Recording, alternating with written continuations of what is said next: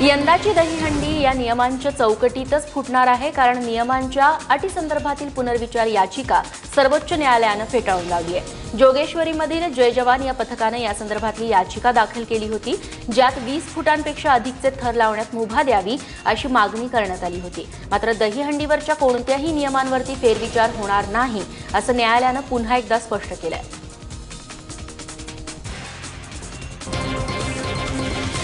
वर्षाच्या वयोमर्यादेबद्दल कोणालाही ऑब्जेक्शन नव्हतं, पण त्यांचं म्हणणं होतं की हा या खेळाचं किंवा ही जी प्रथा आहे याचं पूर्ण स्पिरिटच निघून जातं, त्यामुळे उंची 20 फुटापेक्षा जास्त ठेवायला आम्हाला परवानगी देण्यात यावी। कोर्टाने सर्व बाजूंचं म्हणणं ऐकून घेतलं, पण अर्ज नामंजूर केला। दहीहंडी थरानं नाही तर आता मिसाईलनं फोडायची का असा सवाल करत मनसे अध्यक्ष राज ठाकरे यांनी राज्य सरकारवरती जोरदार निशाणा लगावलाय। सण सणासारखा साजरा झाला पाहिजे या शब्दात राज ठाकरे यांनी सरकारच्या निर्णयावरती टीकास्त्र सोडलं। गोविंदा पथकांशी कोणतीही चर्चा न करता राज्य सरकारने घेतलेला निर्णय आहे। हा निर्णय म्हणजे सरकारचं पळपुटे धोरण असल्याचं राज ठाकरे यांनी म्हटलंय। राज्य सरकारने दहीहंडीवरती निर्बंध लावताना मंडळांची चर्चा केलेली नाही। मुंबईतील सर्वच मंडळं मोठे थर लावत नसून ठराविक मंडळं सरावानंतर हा धाडसी खेळ करत असतात। शिवाय हा उत्सव साजरा करताना धांगडधिंगा होता कामा नये असंही मत राज ठाकरेंनी नोंदवलं। काय हास्यास्पद ती त्या पोलीस खात्याकडनं त्या सरकारकडनंच एक नोटीस बजावली। मिरवणुकीत सहभागी होणाऱ्या व्यक्तींनी कोणतीही शस्त्रे, उदाहरणार्थ लाठी, तलवारी, अगर क्षेपणास्त्रे, मिसाईल्स इत्यादी वापरण्यास सक्त मनाई आहे। मुंबई उच्च न्यायालयात देखील दहीहंडी संदर्भात याचिका दाखल झाली आहे। न्यायालयाच्या आदेशानंतर देखील जे दहीहंडीचे नियम पायदळी तुडवतील अशांवरती काय कारवाई होणार या संदर्भातली याचिका स्वाती पाटील यांनी दाखल केली आहे। 20 फुटांपेक्षा अधिक थर लावू नये तशी अट सर्वोच्च न्यायालयानं घालून दिली आहे। मात्र तरीही त्यापेक्षा उंच थर लावण्यास काय कारवाई होणार, तिचं स्वरूप काय असणार आणि कारवाईचे अधिकार कुणाला असतील या संदर्भात उच्च न्यायालयात दाखल झालेली ही याचिका आहे। एकीकडे दहीहंडीच्या थरांवरून वाद आणि चर्चा झडत असताना ठाण्यात अनोखी दहीहंडी पार पडली। सिग्नल शाळेतली दहीहंडी सध्या चर्चेचा विषय ठरली आहे। सिग्नलवरती छोट्या छोट्या वस्तू विकून आईवडिलांना मदत करणारी ही मुलं पुरस्कारांशीही मैत्री करतात। आयुष्यात पहिल्यांदाच अशा प्रकारची शाळा, गाणी, गोष्टी ही मुलं अनुभवतात। 3 महिन्यांपासून समर्थ भारत व्यासपीठ आणि ठाणे महापालिकेचा हा उपक्रम सुरू आहे। त्यामुळे आज दहीहंडीची मजा देखील या चिमुकल्या विद्यार्थ्यांनी घेतली आहे। मुलं शाळेत आहे तिथं, त्याच्यामुळे आम्हाला आनंद वाटतोय खूप। आम्ही इथं आमच्या मुलांना शाळा बिळा नव्हती, याचा पण आनंद आहे आम्हाला। इथं आमच्या मुलांची सोय झाली। जीवनामध्ये असं घडलं नाही ते व्हायला लागलं, आम्हाला पण बरं वाटतं। आमचे पोरं लहानाचे मोठे शिकतील, चांगले होतील, आम्हाला पण त्याच्याबद्दल आभार वाटतो। डोंबिवलीतील अस्तित्व संस्थेमध्ये आज जल्लोषाचं वातावरण होतं। निमित्त होतं ते साहजिकच गोकुळाष्टमीचं। गतिमंद, कर्णबधीर आणि मूकबधीर मुलांसाठी डोंबिवलीतील अस्तित्व संस्था झटत असते। या मुलांना इतर ठिकाणी सहभागी होता येत नाही, म्हणून शाळेच्या पहिल्या वर्षापासूनच या मुलांकरता शाळेत सर्व प्रकारचे उत्सव साजरे केले जातात। यावर्षी देखील दहीहंडी मुलांनी मोठ्या उत्साहात साजरी केली आहे। यावेळी या मुलांनी गोविंदा आला रे आला या गाण्यावरती नृत्य करत खेळाचा आनंद उपभोगला। आज गोकुळाष्टमी, मात्र सुट्टी नसल्यानं चाकरमान्यांना या सणाचा आनंद घेता येत नाही। कर्जत सीएसटी लोकलनं प्रवास करणाऱ्या महिलांनी ही गोकुळाष्टमी एका अनोख्या पद्धतीनं साजरी करायची ठरवलंय। या हौशी महिला प्रवाशांनी सुट्टी नाही म्हणून चक्क लोकलमधल्या हँडललाच दहीहंडी बांधली। या हंडीनं साऱ्यांचंच लक्ष वेधून घेतलं। गोकुळाष्टमीच्या आदल्या दिवशीच एका महिला प्रवाशानं ही दहीहंडी फोडली। ट्रेनमध्येच दहीहंडी साजरी करण्याचा आनंद सर्व महिला प्रवाशांनी यावेळी घेतला। वरळीतील प्रभादेवीमध्ये मोठ्या जल्लोषात दहीहंडी फोडण्यात आली आहे। सौरभ मित्र मंडळातर्फे रात्री ठीक 12च्या ठोक्याला दहीहंडी फोडण्यात आली। उच्च न्यायालयाने निर्बंध घातलेले असले तरीही या लोकांनी पारंपरिकरित्या मोठ्या उत्साहात दहीहंडीचा उत्सव साजरा केला। सरकारकडून 9 थरांचीच मर्यादा असल्यामुळे 20 फुटांपर्यंतची मर्यादा असल्यामुळे फक्त 4 थर लावूनच दहीहंडी फोडली गेलेली आहे. न्यायालयाचे नियम आणि पोलिसांचा पहारा असला तरीही सगळ्यांचा समन्वय राखून मुंबईतील प्रभादेवीमध्ये दहीहंडीचा उत्सव मोठ्या उत्साहात साजरा करण्यात आला. त्यावर प्रभादेवीच्या बाळगोपाळ यांनी दहीहंडी फोडलेली आहे. आपल्यासोबत सर्व बाळगोपाळ आहेत. बोला बोल बोल बजरंग बली की जय. पाहू शकतो जे काही कोर्टाचे निर्बंध असतील, पोलिसांचा वॉच असेल, त्या सर्वांना समतोल राखत प्रभादेवीच्या सौरभ मित्र मंडळाने दहीहंडी फोडून आपला उत्सव आहे तो पारंपरिक पद्धतीने साजरा केलेला आहे. दुसरीकडे अजून एक मंडळ आहे ते देखील लावत आहे. सरकारचे जे काही नियम आहेत ते सरकारचे नियम सरकारने आमच्या भल्यासाठी केलेले आहेत. कारण की हे जे नियम आहेत याच्यासाठी आमची सुरक्षितता सरकारने ध्यानात घेतलेली आहे. सो सरकारचा विचार करणं किंवा सरकारच्या नोटिसांचा विचार करणं पण आम्हाला तितकंच क्रमप्राप्त आहे. सो आम्ही आमचा आनंद तर साजरा करणारच आहेत, त्याबरोबर आम्ही आमच्या गोविंदांची सुरक्षितता घेणार आहे. आपण पाहिलं सर्व ह्या बाळगोपाळांमध्ये तोच उत्साह कायम आहे जो आधी होता. हायकोर्टाचे जे काही निर्बंध असतील, पोलिसांचा ह्यांच्यावरचा वॉच असेल, ते सर्व बाजूला सारत आपला पारंपरिक उत्सव आहे तो प्रभादेवीच्या बाळगोपाळांनी साजरा केलेला आपल्याला पाहायला मिळतोय. कॅमेरा पर्सन गजाननचं वैभव परब, एबीपी माझा, मुंबई. श्रीकृष्ण जन्माष्टमीचा सण मथुरेत मोठ्या उत्साहात साजरा करण्यात आला. मथुरेतल्या मंदिरामध्ये भाविकांनी जन्माष्टमीचा सण उत्साहात साजरा केलाय. कृष्ण जन्मोत्सवानिमित्त मंदिराला आकर्षक सजावट देखील करण्यात आली होती. सरकारने नियम जरी घातलेले असले तरी लोकांचा गोकुळाष्टमीचा उत्साह मात्र कायम आहे. मुंबईतील गिरगावमध्ये श्रीकृष्णाच्या मंदिरामध्ये आज भाविकांची मोठ्या प्रमाणावरती गर्दी बघायला मिळाली. अनेक भाविक हे श्रीकृष्णाचं दर्शन घेण्यासाठी रात्री गिरगावमधील इस्कॉन मंदिरात दाखल झाले होते. गोकुळाष्टमीच्या निमित्तानं मंदिराला आणि श्रीकृष्णाला फुलांनी सजवण्यात आलं होतं. त्यानिमित्तानं भाविकांना श्रीकृष्णाचं देखणं रूप पाहायला मिळालं. त्याबरोबरच मंदिरात भजनाचा कार्यक्रम देखील पार पडला.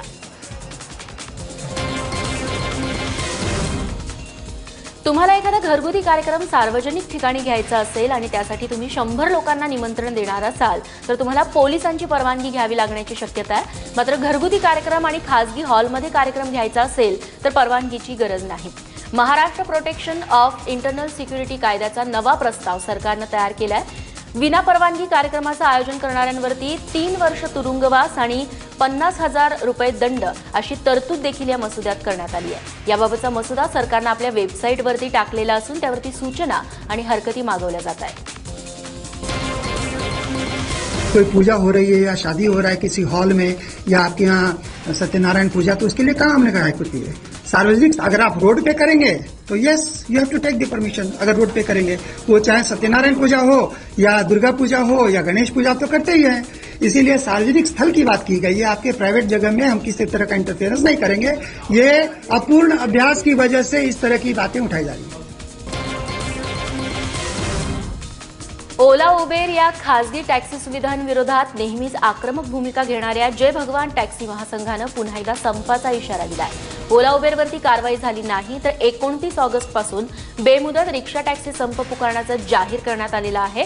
जवळचं भाडं नाकारणं, अरेरावी करणं, उर्मटपणा दाखवणं या रिक्षा टॅक्सीवाल्यांच्या वर्तनानं त्रस्त झालेल्या मुंबईकरांना ओला आणि उबेरकडून हे सर्व प्रकार टाळून अल्प दरात सुविधा दिली जाते. त्यामुळे टॅक्सी आणि रिक्षा चालकांचा व्यवसायात घट होत असून ओला उबेरवरती कारवाई करण्याची मागणी त्यामुळे या रिक्षा टॅक्सी संघटनांकडून केली जाते. ओला उबेर मुंबईत आल्या कशा या संदर्भात खुलासा करण्याचे आदेश मुंबई उच्च न्यायालयानं राज्य सरकारला दिलेत. राज्य सरकारला याचं प्रतिज्ञापत्र सादर करण्यास देखील न्यायालयानं सांगितलंय. ओला उबेर टॅक्सी स्टँडला उभ्या राहत नाही, त्यांना स्वतंत्र टॅक्सी स्टँड नाही. असं असताना त्यांना नेमके कोणते नियम लागू होतात, कोणत्या कायद्याखाली त्यांना मुंबईत परवानगी देण्यात आली आहे अशी विचारणा देखील न्यायालयाने केली आहे. रेडिओ टॅक्सी असोसिएशननं ओला आणि उबेर टॅक्सी विरोधात याचिका दाखल केली होती. यावरती सुनावणी करताना न्यायालयानं सरकारची कानउघाडणी केली आहे. मुंबई महापालिकेतील शाळांमध्ये योग आणि सूर्यनमस्काराला केलेल्या सक्तीला समाजवादी पार्टीनं आक्षेप घेतलाय. हा निर्णय रद्द करण्याची मागणी करणार असल्याचं अबू आझमींनी म्हटलंय. मात्र निर्णय रद्द न झाल्यास उच्च न्यायालयात जाण्याचा इशाराही आझमींनी दिलाय. काल भाजपनं मांडलेल्या प्रस्तावाला शिवसेनेनं पाठिंबा दिला. त्यामुळे आता पालिकेतल्या शाळेत सूर्यनमस्कार आणि योगासनं सक्ती करण्यात आलेली आहे. मात्र याला काँग्रेस आणि मनसेनं देखील विरोध केला. मी महाजन जरी असले तरी मला राजकारणात आल्यावरती खूप त्रास सहन करावा लागला असं वक्तव्य खासदार पूनम महाजन यांनी केलंय. नागपुरात भाजप युवा मोर्चाच्या कार्यकर्त्यांना संबोधित करताना त्यांनी हे वक्तव्य केलंय. राजकारणात अनेकदा मनासारख्या गोष्टी होत नाहीत असंही त्यांनी यावेळी सांगितलं.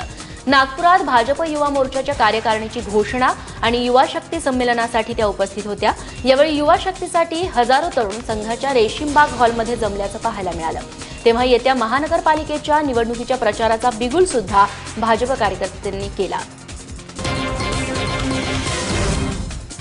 नागपुरात कुकुडे लेआउटमधील डॉक्टर बाबासाहेब आंबेडकर यांच्या उद्यानाची जमीन काही तथाकथित गोरक्षकांनी बळकावली होती. या संदर्भातली बातमी दाखवल्यानंतर नागपूर सुधार प्रन्यासनं ही जागा गोरक्षकांच्या तावडीतून मोकळी करून घेतली आहे. तथाकथित गोरक्षकांनी उद्यानाच्या मैदानात सोडून मैदानात इतरांना येण्यास मज्जाव केलेला होता आणि गेटवर देखील टाळं ठोकलेलं होतं. नागपूर सुधार प्रन्यासच्या कर्मचाऱ्यांनी बंदिस्त गायींची त्यानंतर सुटका केली आहे. मात्र अद्याप कुणाही विरोधात याबाबत गुन्हा दाखल करण्यात आलेला नाहीये. नागपुरात बजरंग दलानं पुन्हा एकदा सर्व कायदे धाब्यावर बसवून सशस्त्र शोभायात्रा काढण्याचा प्रयत्न केला. बजरंग दलाच्या कार्यकर्त्यांनी यावेळी हवेत शस्त्र फिरवून शक्ती प्रदर्शन करण्याचा प्रयत्न केला. अशा प्रकारे प्रदर्शन करणं बेकायदेशीर असल्याचं पोलिसांनी कार्यकर्त्यांना सांगितलं. तेव्हा कुठे कार्यकर्त्यांनी हा सगळा गैरप्रकार थांबवला. गोकुळाष्टमीच्या दिवशी दरवर्षी विश्व हिंदू परिषदेतर्फे शोभायात्रा काढण्यात येते. दरम्यान या शोभायात्रेत बजरंग दलाच्या कार्यकर्त्यांनी हातात तलवारी घेऊन भरपूर नारेबाजी केली. त्या तलवारी हवेत फिरवल्या. एवढंच नाही तर काही जणांच्या हाती परशू देखील होतं. कांद्याला हमीभाव मिळावा या मागणीसाठी नाशकात कांदा फेको आंदोलन करण्यात आलं. शेतकऱ्यांच्या बरोबरीनं राष्ट्रवादी काँग्रेस देखील या आंदोलनात उतरली होती. मोठ्या कष्टानं कांद्याचं उत्पादन घेतलं पण पावसानं कांद्याची नासाडी झाली तर व्यापाऱ्यांच्या आडमुठेपणामुळे महिनाभर लिलाव बंद होते. त्यामुळे आधीच अडचणीत आलेला शेतकरी कांद्याच्या घसरणीनं हवालदिल झालाय. सरकारनं नाफेडच्या माध्यमातून कांद्याची खरेदी करावी आणि शेतकऱ्यांना हमीभाव जाहीर करावा अशी मागणी यावेळी आंदोलकांनी केली. नाशकातल्या चांदवड, देवळा, नांदगाव, सटाणा, येवला अशा ठिकाणी या आंदोलनाला मोठा प्रतिसादही मिळाला. पुण्यात भाजप विरोधात काँग्रेसनं जनसंघर्ष यात्रा सुरू केली आहे. काँग्रेस भवनमधून या यात्रेला सुरुवात झाली. केंद्रात आणि राज्यातल्या भाजप सरकारला 2 वर्ष पूर्ण झाली आहेत. मात्र तरीही जनतेला दिलेली आश्वासनं भाजपनं पाळली नाहीत असा आरोप काँग्रेसने केलाय. सरकारचा हा खोटारडेपणा जनतेसमोर आणण्यासाठी जनसंघर्ष यात्रा सुरू केल्याचं काँग्रेसच्या नेत्यांनी सांगितलंय. 3 सप्टेंबरपर्यंत पुण्यातल्या सर्व तालुक्यांमध्ये आणि प्रमुख शहरांमध्ये ही संघर्ष यात्रा काढली जाणार आहे. महाराष्ट्राची कुलस्वामिनी असलेल्या तुळजाभवानी मातेच्या मंदिरात दागिन्यांचा अपहार करणाऱ्या ठेकेदारावरती तत्कालीन राज्य सरकारनं तब्बल 1.25 कोटी रुपयांची मेहरबानी केल्याचं उघड झालंय. या प्रकरणी औरंगाबाद खंडपीठानं सरकारला नोटीस बजावली आहे. ठेकेदारावरील आरोप सिद्ध झाल्यावरही त्याला एवढी मोठी रक्कम का दिली याचं उत्तर 2 आठवड्यात देण्याचे आदेश न्यायालयानं दिले. त्यामुळे मंदिर संस्थानाचे अध्यक्ष आणि विश्वस्त मंडळाचं धाबदन आणलंय. आशिया खंडातील सर्वात मोठं मातीचं धरण असलेलं जायकवाडीची सुरक्षा राम भरोसे असल्याचं दिसून येते. गेल्या 8 वर्षांनंतर पहिल्यांदाच हे धरण 50% जास्त भरलंय. या धरणातून औरंगाबाद, जालनासह 300 गावखेड्यांना पाणी पुरवठा केला जातो. हे धरण 67% भरलं असलं तरी त्याच्या सुरक्षेसाठी काहीच बंदोबस्त नसल्याचं देखील आता उघडकीस झालंय. मेट्रो 3 मार्गासाठीचा प्रस्ताव कॅबिनेटकडे मंजुरीसाठी गेला होता. त्याच्या बांधकामासाठी मुंबई मेट्रो रेल कॉर्पोरेशन आणि कंत्राटदारांनी करारावरती स्वाक्षऱ्या केल्या. याबाबत टेंडर प्रक्रिया देखील सुरू होणार आहे. येत्या ऑक्टोबरपासून मेट्रो 3 मार्गाच्या बांधकामाला सुरुवात होईल. कुलाबा वांद्रे सिप्स असा हा मेट्रो 3चा प्रकल्प असणार आहे. मेट्रो 3चं काम हे MMRDAच्या अंतर्गत दिल्ली रेल मेट्रो कॉर्पोरेशनच्या मदतीनं होणार आहे. त्यामुळे लवकरच मेट्रो 3 मुंबईकरांच्या भेटीला येण्याची शक्यता आहे. केंद्र सरकारच्या नागरी विमान वाहतूक मंत्रालयानं जाहीर केलेल्या प्रादेशिक जोड योजनेसाठी नागरी विमान वाहतूक मंत्रालय आणि भारतीय विमानतळ प्राधिकरण यांच्या सामंजस्य करार करण्यात आला. या करारानं कोल्हापूरची विमानसेवा टेक ऑफ व्हायला मदत होणार आहे. 1976 साली कोल्हापुरात विमानतळ सुरू करण्यात आलं. मात्र अपुरी प्रवासी संख्या त्यामुळे खासगी कंपन्यांना होणारा तोटा यामुळे ही सेवा बंद करण्यात आली होती. लवकरच कोकणात प्रवासी विमान वाहतूक सेवा सुरू होणार आहे. रत्नागिरीत खासदार विनायक राऊत यांच्या हस्ते एअर ट्रॅफिक कंट्रोलच्या कामाचा शुभारंभ करण्यात आला. डिसेंबरपर्यंत विमानतळाचं काम पूर्ण होईल असा विश्वासही त्यांनी व्यक्त केलाय. रत्नागिरी आणि सिंधुदुर्ग या दोन्ही जिल्ह्यातून ही विमान सेवा सुरू करण्यात येणार आहे. चार्टर विमानांसोबत 100 प्रवासी असलेले विमान उतरू शकेल या दिशेनं आता काम सुरू आहे. कर्जतचे उपजिल्हाधिकारी अभय कलगुटकर मारहाण प्रकरणी अटकेत असलेले राष्ट्रवादीचे आमदार सुरेश लाड यांना कर्जत न्यायालयानं जामीन मंजूर केलाय. मारहाण प्रकरणी लाड यांच्यावरती गुन्हा दाखल झाला होता, पण त्यांना अटक झालेली नव्हती. काही दिवसांपूर्वी आमदार लाड यांनी उपजिल्हाधिकारी अभय कलगुटकर यांना मारहाण केली होती. यावेळी काही व्यक्तींनी या घटनेचं व्हिडिओ चित्रीकरण केलं आणि त्यानंतर हा व्हिडिओ सोशल मीडियावर टाकण्यात आला. त्यानंतर लाड यांच्या विरोधात गुन्हा दाखल होऊन त्यांना अटकही झाली, पण न्यायालयानं त्यांना कालच 25,000च्या जात मुचलक्यावरती सशर्त जामीन मंजूर केला. उस्मानाबादेत एका शिक्षक सावकाराच्या घरावरती टाकलेल्या छाप्यात मोठं घबाड सापडलंय. या शिक्षक सावकाराची तब्बल 39,85,900 रुपयांची अवैध सावकारी उघड झाली आहे. दत्तात्रय देवकाते असं या शिक्षकाचं नाव असून तो धारूरच्या भैरवनाथ विद्यालयात शिक्षक आहे. देवकातेनं 99 वर्षांच्या करारानं शेतकऱ्यांच्या जमिनी घेतल्याचं 40 करारनामे, कोरे स्टॅम्प आणि विविध रकमा लिहिलेले चेक्स या छाप्यात सापडलेले आहेत. आरोपी सावकार देवकातेवरती गुन्हा दाखल करण्याची प्रक्रिया सध्या सुरू आहे. मुख्यमंत्र्यांच्या नागपुरातील गुंडगिरी काही केल्या कमी होताना दिसत नाहीये. नागपुरातल्या मनीषनगर या वस्तीमध्ये ठाण मांडलेल्या पावन हड्डी या दारू माफियाने एका अल्पवयीन तरुणाची निर्दयीपणे हत्या केली आहे. रस्त्यावरून सैरावेरा पळत आपला जीव वाचू पाहणाऱ्या या मुलाची धडपड सीसीटीव्हीत कैद झाली आहे. 21 ऑगस्टला मध्यरात्री घडलेल्या या घटनेनं शहरात खळबळ उडाली आहे. बारामतीत 30 ते 40 जणांच्या जमावाकडून 3 पोलिसांना काल बेदम मारहाण करण्यात आली. बारामतीच्या नामांकित तुळजाराम चतुरचंद महाविद्यालयात हा प्रकार घडला. एका विद्यार्थ्याचा वाढदिवस साजरा केला जात असताना कॉलेज बाहेरील विद्यार्थ्यांनी इथं गोंधळ घातला. यात 3 पोलीस जखमी झाले. त्यांना उपचारासाठी पुण्याच्या ससून रुग्णालयात दाखल करण्यात आलंय. मात्र युवकांनी थेट पोलिसांवरती हल्ला केल्यामुळे कायदा सुव्यवस्थेचा प्रश्न चव्हाट्यावर आलाय. गतिमंद मुलीवरती अत्याचार करणाऱ्या आरोपीचा जामीन अर्ज मुंबई उच्च न्यायालयानं फेटाळलाय. पुण्यात गेल्या वर्षी एका 21 वर्षीय गतिमंद मुलीवरती बलात्कार करण्यात आला होता. त्यानंतर मुलीची वैद्यकीय तपासणी करण्यात आली होती. तेव्हा पीडित मुलगी गरोदर असल्याचं लक्षात आलं. त्यावेळी मुलीनं आईवडिलांना आरोपीचं नाव सांगितलं. याबाबत पोलिसांकडे गुन्हा देखील नोंदवण्यात आला होता. त्यानुसार आरोपीला 19 मे रोजी अटक करण्यात आली. मात्र शारीरिक संबंध हे संमतीनं झाल्याचा दावा करत आरोपीनं उच्च न्यायालयात जामिनासाठी अर्ज केला होता. औरंगाबादच्या जिन्सी परिसरात शिक्षकाच्या पेशाला काळीमा फासणारी घटना घडली आहे. शिक्षकासह आणि दोघांनी दुसरीत शिकणाऱ्या विद्यार्थिनीवरती अत्याचार केल्याचा आरोप पीडितेच्या कुटुंबियांनी केलाय. 37 वर्षीय अहमद खान असं या शिक्षकाचं नाव असून त्याला अटकही करण्यात आली आहे. या शिक्षकाविरोधात बलात्कार आणि बाललैंगिक अत्याचार प्रतिबंधक कायद्यानुसार गुन्हा दाखल करण्यात आलाय. तर इतर दोघांचा तपास पोलिसांकडून सध्या सुरू आहे. या दोघांना देखील अटक करण्याची मागणी पीडितेच्या कुटुंबियांनी केली आहे. ठाणे जिल्ह्यातील मुरबाड तालुक्यामधील 12 गावांमध्ये एका बिबट्यानं धुमाकूळ घातला होता. गावातील गायी आणि कुत्र्यांसह 2 जणांचा बळी घेतलेला. त्यामुळे बिबट्याला पकडण्यासाठी वनाधिकारी तैनात करण्यात आले होते. मात्र बिबट्याला पकडण्याच्या प्रयत्नातच या बिबट्याने वनाधिकाऱ्यांवर देखील हल्ला केला. त्यामुळे बिबट्याला शासनाकडूनच गोळ्या घालण्याचे आदेश देण्यात आलेले. अखेर या बिबट्याला शेतात गोळी घालून ठार मारण्यात वन अधिकाऱ्यांना यश आलंय. जळगाव जिल्ह्यातील चोपडा तालुक्यातील कवडीमोल भेंडीचा भाव मागणाऱ्या आडत व्यापाऱ्याचा निषेध करत संतप्त शेतकऱ्यांनी ग्राहकांना चक्क 10 क्विंटल भेंडी फुकट वाटली. लिलावात आडत दुकानदारांनी विरवाडे येथील शेतकऱ्यांची आणलेली भेंडी कवडीमोल भावात मागितल्यानं शेतकरी संतापले.